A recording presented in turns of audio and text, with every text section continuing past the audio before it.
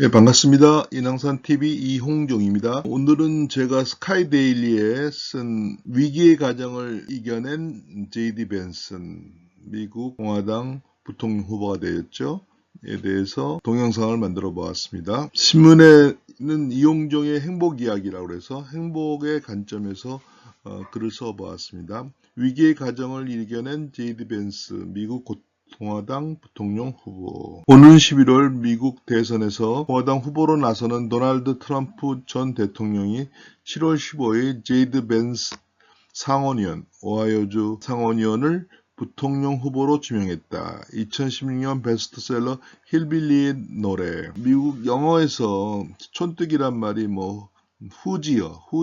후지어란 말도 있고, 근데 이건 힐, 언덕 위의 빌리, 언덕 위의 빌리라는 뜻입니다. 의 작가로 유명한 벤스는 오하이오주 흑수저로 불린다. 저학력 백인 가정에서 태어난 벤스는 어려웠던 자신의 경험을 책에 담았다. 2020년 할리우드에서 영화로도 제작됐다.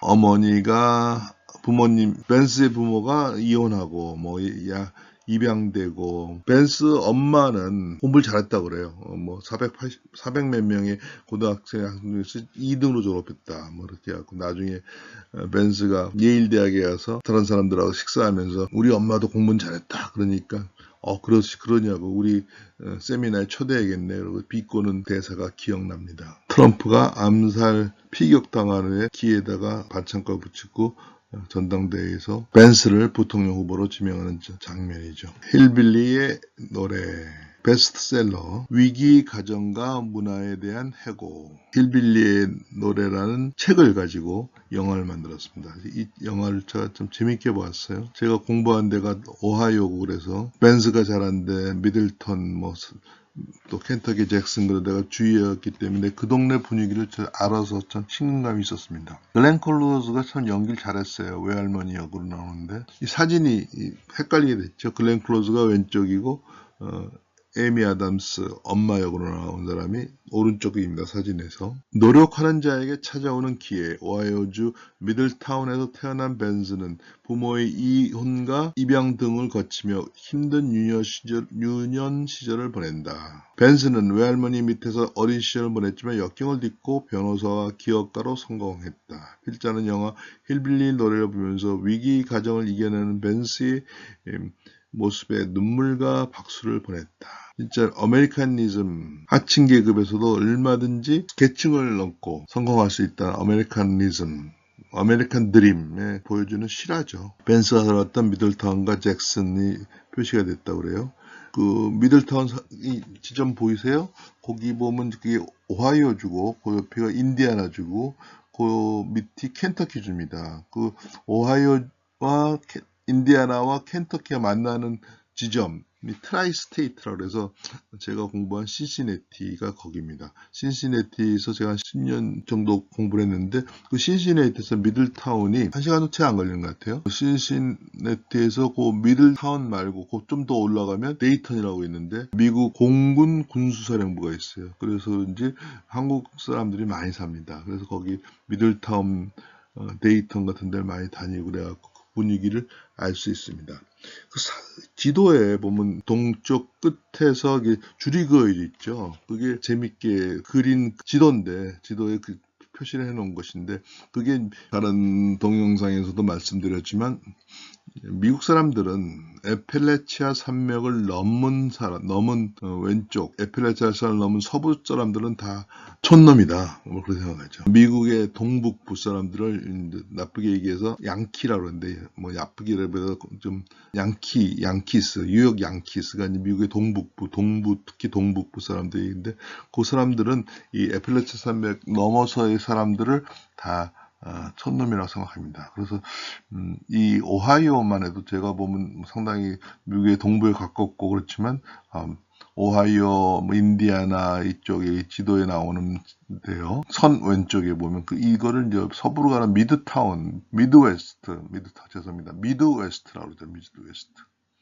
그래서 미국을 잘 보여주는 지도입니다. 제가 이제 주말에 장사한다고 프리마켓 한다고 이제 여기 오하이오 오른쪽에 있는 게 웨스트 버지니아인데 표시 잘 안 되는데 웨스트 버지니아까지 장사를 하러 간 적이 있어요. 주말을 이용해서 거기 이제 축제를 한다고 갔는데 거기 웨스트 버지니아가 이제 망한 탄광촌입니다. 믿거나 말거나 재래식 화장실까지 있더라고요.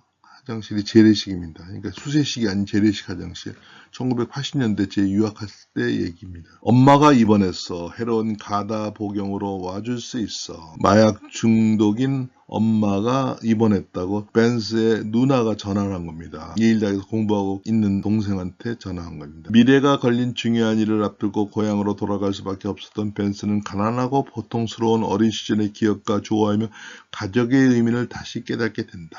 가족이 행복에 있어서 상당히 중요하죠. 근데 가족이 어떨 때는 방해가 될 때도 있습니다. 근데 일단 벤스는 돌아와서 가족의 문제를 해결하고 계속 잊지 못하고 계속 잊지는 않고 다시 자기의 미래를 위해서 예일 대학으로 돌아갑니다. 필자도 벤스처럼 학업을 장시준다라고 고향으로 돌아갈 수 있었을까? 고향으로 돌아온 벤스는 불행한 가정을 이겨내면서 행복에 있어서 가정의 중요성을 깨닫게 된다. 용서할 때 자유로울 수 있으며 가족을 버릴 수는 없다.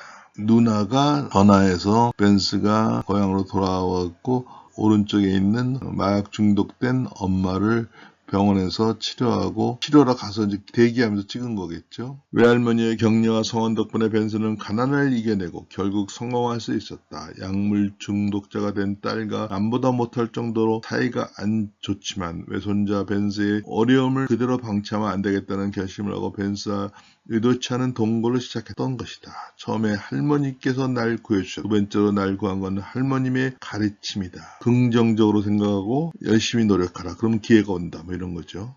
우리의 시작이 우리를 정했더라도 매일의 선택으로 달라질 수 있다. 우리가 처음에는 가난한 흙수저일 때라도 바꿔질 수 있다.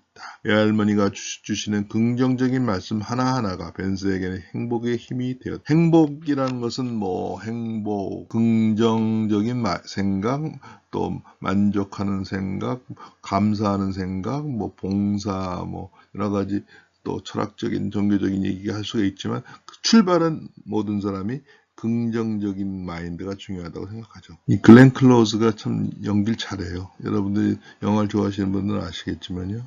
이분이 또 색다른 역할.